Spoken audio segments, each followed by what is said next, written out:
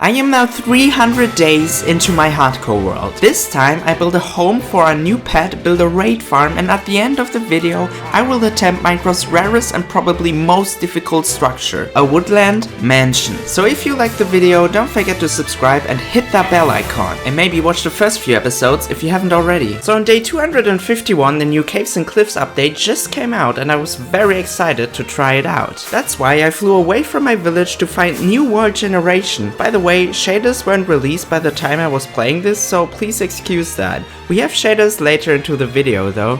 Oh look, it's goats! And I was soon to find out that these goats are really useless. They don't drop anything, but they do give milk. That's some good stuff. I know that some goats yeet you very far away, but I never found a goat that actually does that. Now, I was flying pretty far, probably way further than I should have. I was expecting to see these cut-off biomes that you usually see when you go into a new update, but I didn't really encounter that. At day 253 I figured that I'm probably far enough from home to go mining. Isn't it strange how iron doesn't drop as a block anymore? Oh yeah, it's glowing! That's kinda cool. It's a little bit cool, yeah. I can see that. Yes! Hello! How are you? You wanna come with me? I asked my Discord what we should name the little guy, and Vicky told me to name it Squirt, so I'm going with that. By the way, the link for my Discord is in the bio. It's a nice place to hang out, plus we even have our own Minecraft server where we play normal vanilla survival. It's a lot of fun. Anyway, we're going to build this little fella the best tank he has ever seen. I also found the remains of a glow squid, possibly killed by Squirt. Who knows? On day 254 I returned home. Look how beautiful it looks. Then I decided to destroy this house and replace it with an axolotl tank. This new deep slate block looks cool. I'ma use it to build. Turns out I don't have enough deep slate, so I have to go back to the new world generation, grab some deep slate and get back to the village. While I was there I also found this tuff block and was pretty disappointed to find out that it's purely decorational and it's not really doing a good job at it. How the f did you get here? Ayo golem, take care of this. Thanks. And although the iron golems kept trying to sabotage me, dude, what are you all doing here?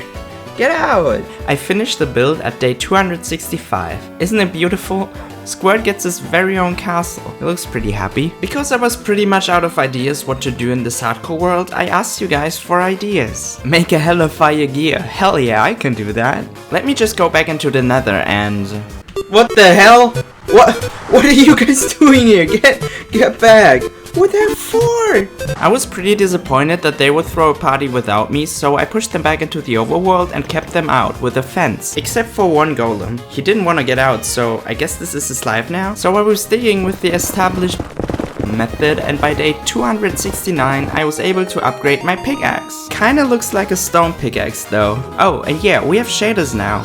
Pooh, party effect. R9 says, you should build a raid farm to get a lot of totems. That's a good idea, A9. In order to do that, I dug a hole in a nearby spruce biome. Look how fast my new pickaxe is. Anyway, I need to bring 2 villagers to the farm, and at first I tried to lure them in with a composter. I know, a very generous offer. But at one point he just stayed a farmer and I couldn't lure him anymore. So I tried the good old boat ride. Onwards. On the ride I had to dig a few tunnels, but overall it was smooth sailing. Oh my god, I almost killed him. You might think that it's cruel to keep an innocent person inside of a prison cell for all of his life, but look, I even made him some home decoration so that he can always look on the bright side of life. The second villager gets to live in a little glass cage. To transport him from the village I used another boat ride, and in order to get him in his cage I used this railway. Whee! And this is how the farm works. The pillagers are lured in by the villager in the glass box. They will fall into this water pit and then down into the basement, where I can easily kill them. It sounds like a foolproof concept, but it turned out to be way more difficult than I thought. On day 280 I flew to the pillager tower in order to get that bad omen effect. I may be blind because it took me a whole day to find the pillager leader. Alright, let's see if the farm works. So I waited patiently in my little hole, and when no villager came falling down, I went upstairs to check. Oh. Huh, I guess it didn't work. The villagers were somehow stuck, and the reason why took me way longer to figure out than I'd like to admit. Oh, I'm such an idiot! So after killing the stuck villagers, there were still 2 remaining. They were stuck in a mountain. You spin me right round, baby, right round, like a record, baby, right round.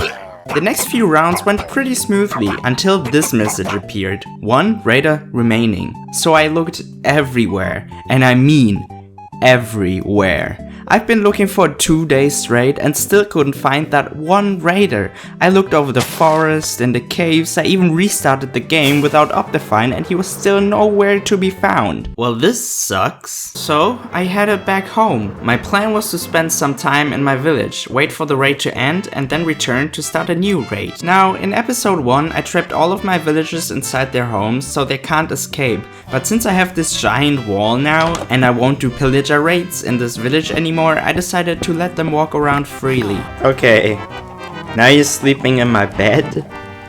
This was a mistake. And since the inside of the subscriber tower was still covered in grass, I decided to at least make it a little bit prettier. It's still empty, but better than nothing. When I started another raid, I had the same problem that 1 pillager was nowhere to be found. After a little bit of searching, I had the idea to use a bell. So I flew home and when I returned to the farm, the raid magically continued. Wait, there he is! What? This is so dumb. Oh shoot. Oh. Puppies. Oh, Love. me. Oh no.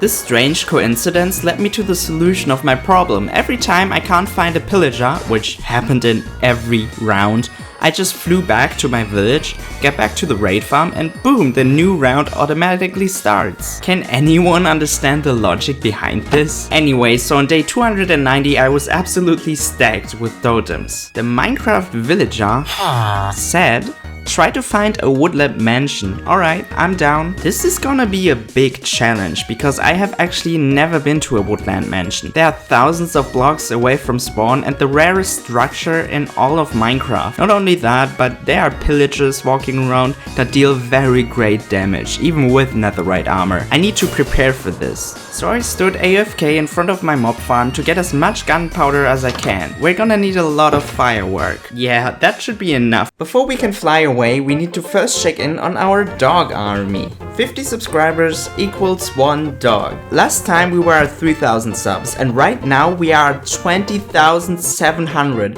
Those are so many dogs. It is lagging so heavily. Thank you guys for the support and please leave a sub if you haven't already. These videos take a super long time to make and it would help me out a lot. We still need to cover the entire biome. After a long journey where I saw so many biomes and even a pink sheep, those are very rare, I eventually ran out of fireworks. About 10,000 blocks away from spawn. Not a problem, right? I have plenty of fireworks still in my shulker box. Don't tell me I didn't bring my shulker box. Boah, nicht dein Ernst.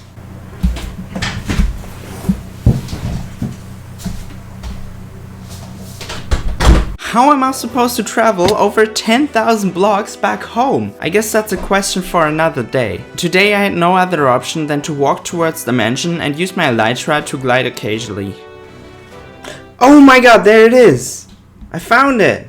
At first it was pretty easy because I could kill most of the mobs with a bow and arrow from far away. Things wouldn't stay that easy for long though. Look at how much damage a single hit from a pillager can make. This is insane. I was also killing every creeper I saw because I'm in a very bad need of fireworks for my ride home. Most of the rooms were made out of bookshelves or beds, but there were also some very strange ones. What are they?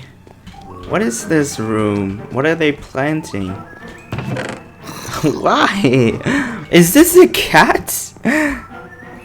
What? Why do these guys have so many chests if they don't keep anything in here? A diamond hoe. I don't think I'll need this, but thanks. Halfway through exploring, I found out that I am out of arrows. You see how much damage those pillagers do? Now I have to close combat them. And they are not even the biggest threat in the house. It's no way. There's no way. Yep, it's true. There are evokers in this mansion and those are probably the toughest pillagers out there. And I'm supposed to kill these without a bow? Alright, I just kamikaze it right in there and hope for the best. Wait, no, that's him. No, die, die. Whoosh! Shiny rainbows. After a lot more intense mob fights, I walked out with 5 totems of undying. Subscribe if you want to see how I make it out of here, and please tell me in the comments what I should do in the next 50 days.